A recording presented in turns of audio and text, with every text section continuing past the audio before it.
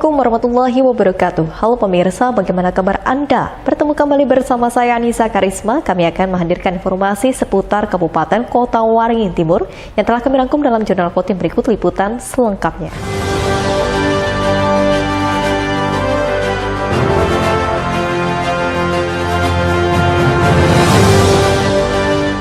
Pemirsa, Ikatan Bidan Indonesia atau IBI Kabupaten Kota Waringin Timur Provinsi Kalimantan Tengah menggelar peringatan hari ulang tahun ke-71 IBI. Momen ini sebagai sarana meningkatkan profesionalisme bidan dalam mewujudkan generasi yang unggul demi Indonesia yang maju. Peringatan hari jadi ke-71 IBI di Kabupaten Kota Waringin Timur dilaksanakan di Gedung Serbaguna Sampit pada Kamis 29 September. Kegiatan ini merupakan puncak dari serangkaian kegiatan yang sebelumnya telah dilaksanakan. Dihadiri Bupati Kota Waringin Timur, Haliki Nur, HUT IBI ke-71 dilaksanakan dengan mengusung tema Perjalanan Panjang Profesi Bidan Mewujudkan Generasi Unggul Menuju Indonesia Maju. Sejalan dengan tema tersebut, Bupati Haliki Nur mengharapkan IBI terus meningkatkan kualitas kesehatan masyarakat, terutama pada kesehatan ibu dan anak. Hal itu untuk membentuk sumber daya manusia atau SDM yang sehat dan berkualitas, dimulai sejak 1000 hari pertama kelahiran. Peran bidan merupakan hal utama dalam pelayanan kesehatan ibu dan anak. Melalui pelayanan kesehatan, bidan secara langsung menjadi pengawal terciptanya generasi yang sehat dan berkualitas, termasuk dalam menangani stunting. Yang pertama saya ucapkan selamat dulu selamat ulang tahun ke-71 Ikatan Bidan Indonesia, khususnya Kabupaten Timur tahun 2022. Dan kita tahu bagaimana peran bidan ini sangat strategis sekali, di mana dia sudah mulai awal pra kehamilan sampai saat melahirkan, bahkan pasca melahirkan itu membutuhkan peran bidan yang luar biasa. Bagaimana seorang ibu bisa melahirkan dengan baik dan bisa selamat, jadi sangat mulia bidan.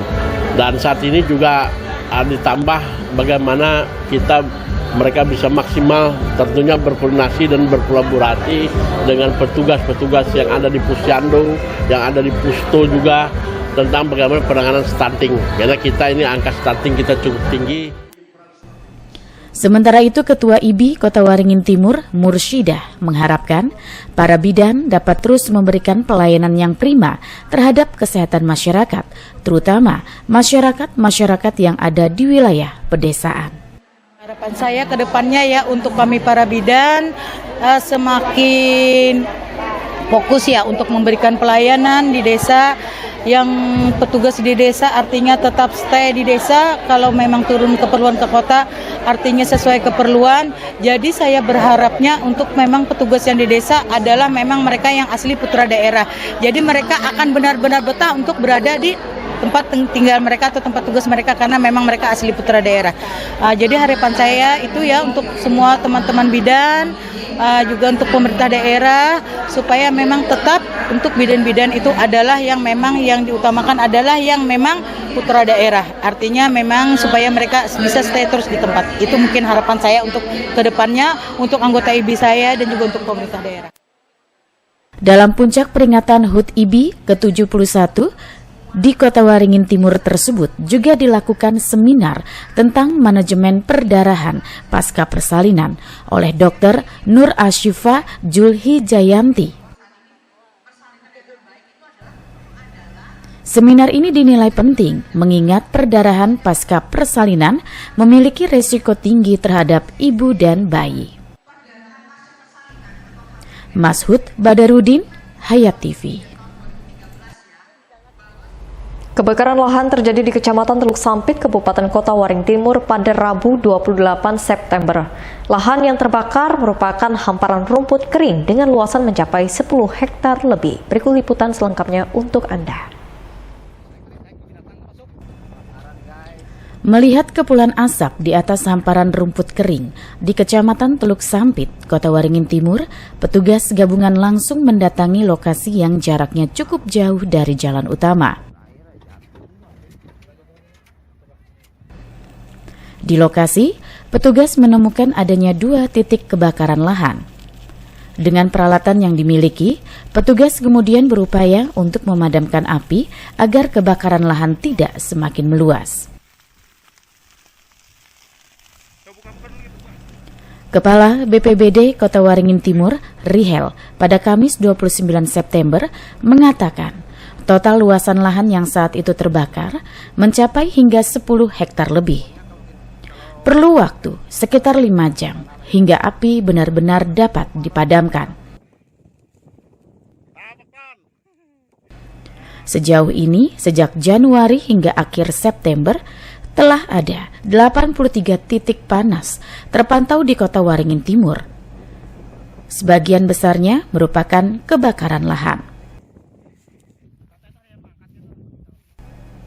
Rihel menyebut, jika dalam 2 hingga 3 hari Kota Waringin Timur mengalami cuaca panas dan tidak terjadi hujan, maka potensi kebakaran hutan atau lahan rawan terjadi.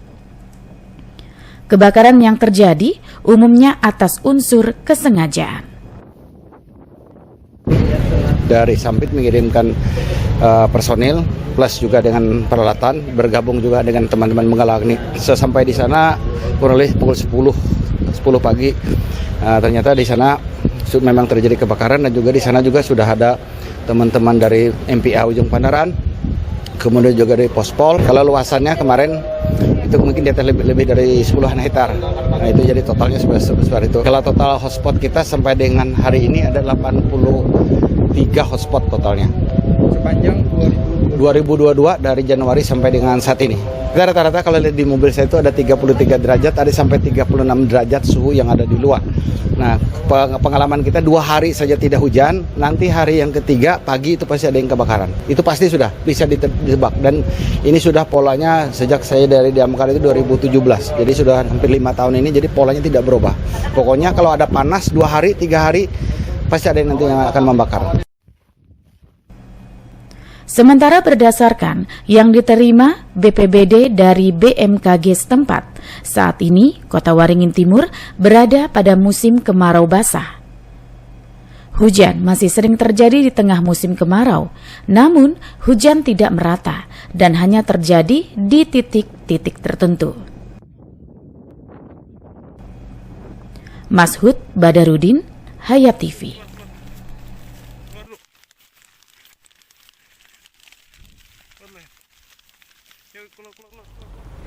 Tak hanya itu pemirsa, dalam upaya mewujudkan ustadz dan ustazah yang profesional dan berkarakter dalam mencetak generasi Al-Quran, Lembaga Pembinaan dan Pengembangan TK Al-Quran Badan Komunikasi Pemuda Remaja Masjid Indonesia atau LP2TKA BKPR MI Kabupaten Kota Waringin Timur menggelar pelatihan bagi 200 ustadz dan ustazah pada Jumat 30 September tahun 2022.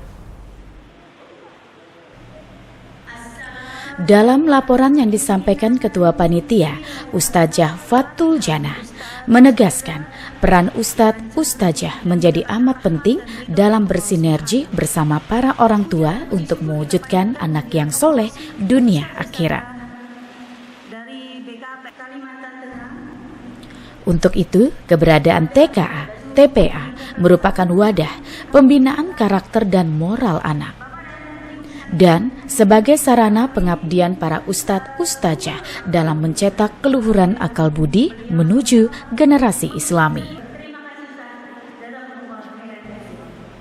Sehingga para anak didik ini nantinya menjadi manusia berakhlak mulia, cerdas, kreatif, dan mandiri, serta berguna bagi agama dan bangsa. Oleh sebab itu, LPPTKA BKPRMI Kota Waringin Timur terus konsisten mewujudkannya dengan melatih sekitar 200 ustadz ustazah dari 14 kecamatan di Kotim. Sementara itu, dalam sambutan Ketua BKPRMI Kota Waringin Timur, Pahnai menyatakan sesuai dengan target pendidikan dan pelatihan ini, yaitu peningkatan kualitas ustadz-ustadzah dan mengajar secara efektif sesuai buku Iqra dan metodenya. Oleh karena itu, BKPRMI Kotim menghadirkan narasumber yang berkompeten di bidangnya. Bisa saja guru TK-TP itu menggunakan buku Iqra, tapi metodenya mungkin metode lain, bukan metode Iqra. Yang ideal, metode buku Iqra diajarkan dengan menggunakan metode Iqra. Nah, inilah yang harus kita laksanakan di Kotim. Makanya kita mendatangkan guru atau pelatih langsung dari Jakarta dan dari Jogja, AMM Yogyakarta, untuk memberikan pelatihan kepada ustaz-ustazah yang ada di Kotim ini, supaya betul-betul Iqra yang diajarkan itu, buku Iqra yang diajarkan itu dengan menggunakan metode Iqra, sehingga penyampaiannya tidak keliru. Pahnai juga mengingatkan, di samping anak-anak mengikuti pembelajaran keagamaan di lembaga pendidikan non-formal seperti TKA, TPA, peran orang tua di lingkungan keluarga juga sangat penting dalam membentuk generasi Al-Quran, sehingga menjadi insan yang semakin beriman dan bertakwa kepada Allah Subhanahu wa Ta'ala. Normansyah, Hayat TV.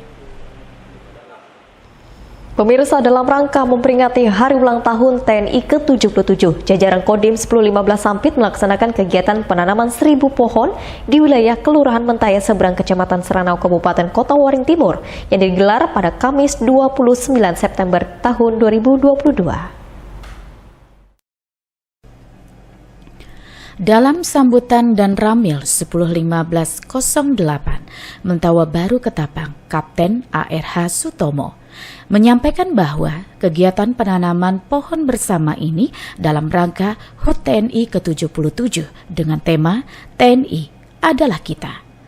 Tujuannya untuk mengurangi dampak pemanasan global dan meningkatkan absorpsi gas CO2 dan polutan lainnya. Sedangkan jenis tanaman yang ditanam antara lain pohon petai, jengkol, mangga, kelengkeng, dan pohon trembesi. Melalui upaya ini juga diharapkan untuk mencegah banjir, kekeringan dan tanah longsor, serta meningkatkan upaya konservasi sumber daya genetik tanaman hutan. Kapten ARH Sutomo menegaskan, kegiatan ini pula sebagai wujud kepedulian TNI terhadap kelestarian alam dan lingkungan, sehingga apa yang dikerjakan hari ini hasilnya akan bermanfaat dan dinikmati oleh generasi yang akan datang.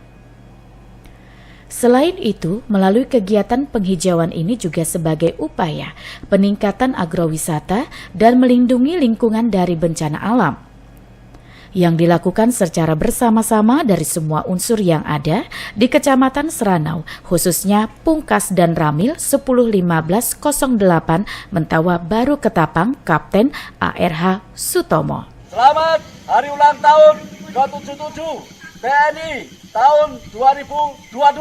TNI adalah kita! Normansyah, Hayat TV.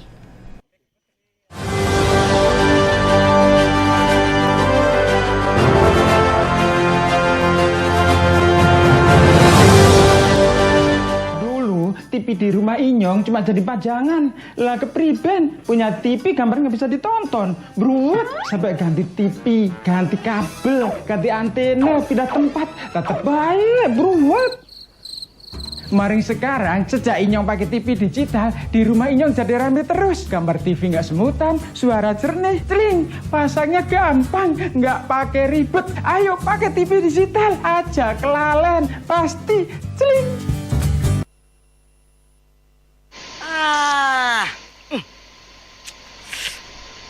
Gambarnya jangkrik. Ya, TV-nya masih analog ya? Ganti dong ke digital. Digital? Ya, digital. Tinggal install set-top box, gambar tajam, channel banyak, tanpa iuran bulanan. Hey, gimana? Bagus kan? Gambarnya jangkrik. Hah? Sambut era digital dan nikmati kesempurnaan gambarnya. Yuk nonton siaran televisi digital. Bagaimana ya cara menangkap siaran televisi digital? Pertama, pastikan di daerah Anda sudah ada sinyal siaran televisi digital. Kedua, gunakan antena UHF di dalam atau di luar rumah Anda. Ketiga, pastikan televisi Anda sudah dilengkapi penerima siaran digital DVB T2. DVB T2 merupakan jenis sinyal yang digunakan Indonesia dalam penyiaran televisi digital. Keempat, pilih auto scan, lalu pindai televisi Anda. Bagaimana jika televisi Anda masih analog? Pasangkan set-top box, televisi Anda otomatis menangkap siaran digital. Bersih gambarnya, jernih suaranya, canggih teknologinya.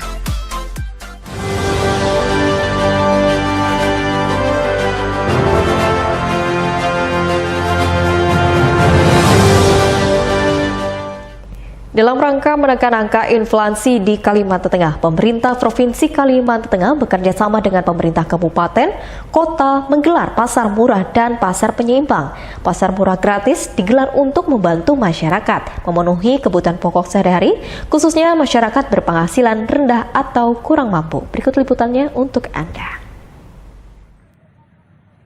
Ratusan warga dari sejumlah RT yang ada di Kelurahan Baru, Kecamatan Arut Selatan sejak pagi antusias mengantri dengan membawa kupon untuk mengambil paket sembako gratis yang dibagikan di halaman kantor Kelurahan Baru, Kecamatan Arut Selatan, Kabupaten Kota Waringin Barat. Warga yang mendapatkan paket sembako gratis ini adalah mereka yang mendapatkan kupon sebelumnya. Sehingga meskipun berjubel, namun dipastikan semua yang mengantri akan mendapatkan paket sembako yang telah disediakan. Pembagian paket sembako dari Pemprov Kalteng sendiri dipimpin langsung oleh Lurah Baru dengan memanggil satu persatu calon penerima paket sembako secara bergilir. Meskipun sempat terjadi hujan lebat, namun tidak mengurangi antusias masyarakat yang mengantri di halaman kantor kelurahan. Selain paket sembako, warga juga mendapatkan gas LPG ukuran 3 kg gratis yang juga dengan hanya membawa dan menyerahkan kupon pengambilan kepada petugas. Pada beberapa kesempatan, Gubernur Kalteng Sugianto Sabran mengatakan bahwa pihaknya memberikan subsidi kepada masyarakat dan menggratiskan paket sembako yang ada di pasar murah tersebut. Di mana pada awalnya harusnya masyarakat membeli dengan harga Rp50.000 per paket, namun hari ini diberikan secara gratis. Sebagai informasi, tim pengendali inflasi daerah Provinsi Kalimantan menyediakan sebanyak 6.500 paket sembako yang dibagikan di Kota Waringin Barat. Dengan rincian untuk Kelurahan Baru sebanyak 1.000 paket, Kelurahan Mendawai 2.500 paket, Kelurahan Mendawai Seberang 500 paket, Kelurahan Raja Seberang 500 paket, Kelurahan Kumai Hilir dan Kumai Hulu masing-masing 750 paket, dan Desa Kubu sebanyak 500 paket.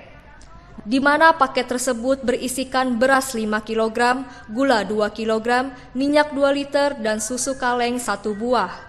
Selain di Kelurahan Baru, pembagian paket sembako gratis ini juga dilakukan di lokasi lain dengan total bantuan paket sembako yang dibagikan sebanyak paket. Tim Liputan SBTV. Demikian pemirsa liputan Jurnal Kotim yang telah kami sampaikan. Berita tadi sekaligus menutup perjumpaan kita pada hari ini. Saya Anissa Karisma mohon undur diri dari hadapan Anda dan mewakili seluruh jajarannya bertugas. Akhir kata, wassalamualaikum warahmatullahi wabarakatuh dan sampai jumpa.